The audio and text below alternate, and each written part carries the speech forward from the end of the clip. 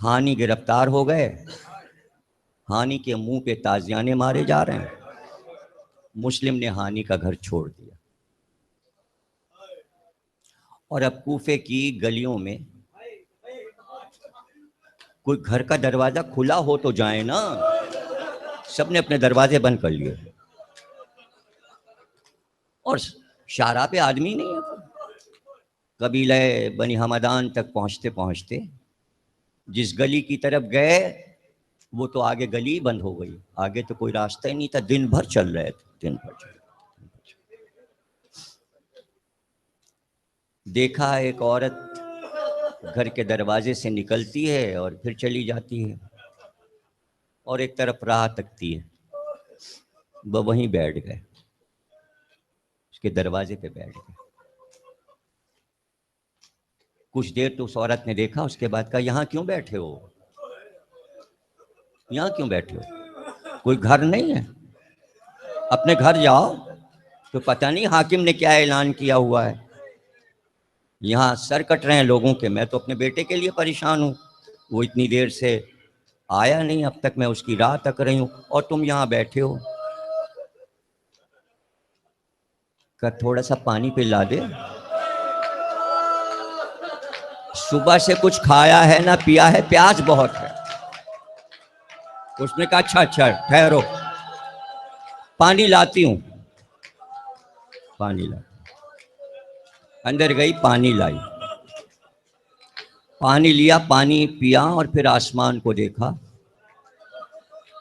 अफसोस किया। कहा अब तो उठ जा, पानी पी लिया। क्या मुसाफिर है? कहा हाँ हाँ घर तो है, घर है लेकिन घर दूर है, यहां नहीं है, मुसाफिर हूं। उसने कहा क्या मुस्लिम के साथ तो नहीं आया था? तू मुस्लिम के साथ तो नहीं आया था अगर मुसाफिर है? कहा मैं ही तो मुस्लिम हूं, मैं ही तो मुस्लिम हूं।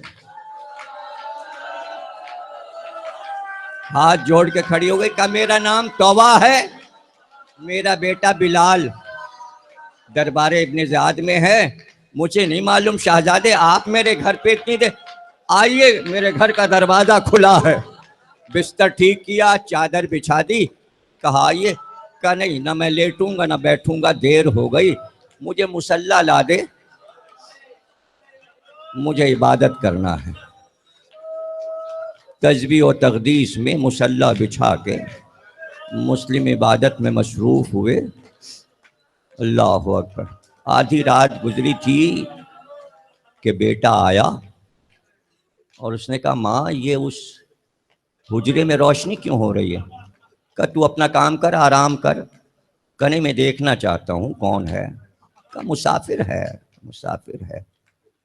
मैं देखूं तो जाके देखा, कहा ये तो मुस्लिम है, कब से ऐलान है इनके लिए, ये मेरे घर में है और मेरी तो ड्यूटी लगी थी कि ढूंढ कर लाओ मुस्लिम को। मैं अभी जाके बताता हूँ इब्ने ज़ियाद को कि मेरे घर में मौजूद है। तो आ बेटे के कमर से लिपट गई, कदमों पे गिर गई, हाथ जोड़े कि मुझे नबी से शर्मिंदा न कर, मुझे अपने रसूल अल्लाह से शर्मिंदगी होगी अगर तूने ऐसा किया, बेटा ये ना कर। पता है तू दरबार में मुलाजिम है लेकिन ऐसा ना कर। लेकिन बिलाल भाग गया, उसने जाके शिकायत की। सुबह अभी हो रही थी कि फौज ने तौबा का घर घेर लिया। तौबा ने दरवाज़ा खोलने से इनकार कर दिया, कहा मैं दरवाज़ा नहीं खोलूंगी, मैं अपने शहजादे को खुद हवाले नहीं करूंगी। आसपास के घरों की छतों पे सिपाही चढ़ गए ताकि तौबा के घर पे हमला करें। हजरत मुस्लिम ने मुसल्ला लपेटा और सर पे खोद रखा, ज़रा बख्तर पहनी, कमर बांधी, तलवार के कब्जे पे हाथ रखा, कदमों से तौबा लिपट गई। का वो हजारों हैं, आप तन्हा हैं। का तौबा ये हमें अच्छा नहीं लगेगा कि हमारी वजह से एक औरत के घर पे हमला हो। शाहजादे जरा करबला में तो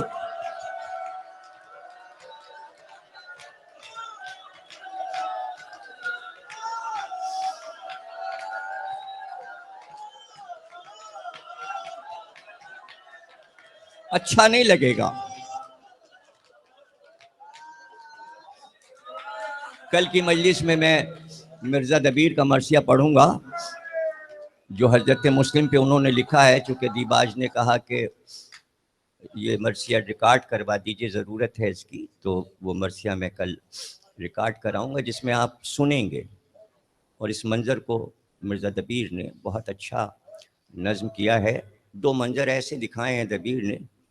एक, जब हानी को ताज़ियाने पढ़ना शुरू हुआ और इब्न ज़ियाद कहता था मुस्लिम को फ़ौरन ला के हाजिर करो, तो उस वक्त चूँकि इब्न ज़ियाद की माँ का नाम मरजाना था, जो कि गाने वाली थी कूफे की, मरजाना उसका नाम था, तो दबीर ने उर्दू और अरबी में ज़ुमानी मिसरा कहा है कि हानी ये कहते थे, मरजाना के बेटे तुझे मर जाना था लाजिम, मरजाना के बेटे तुझे मर जाना था लाजिम।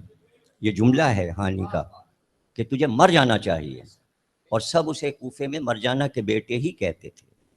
हज़रत ज़ैनब ने भी यही कहा था कि मरजाना के बेटे, अपने खुतबे में इब्न ज़ियाद को कहा था, चूँकि वलदु ज़िना था इब्न ज़ियाद।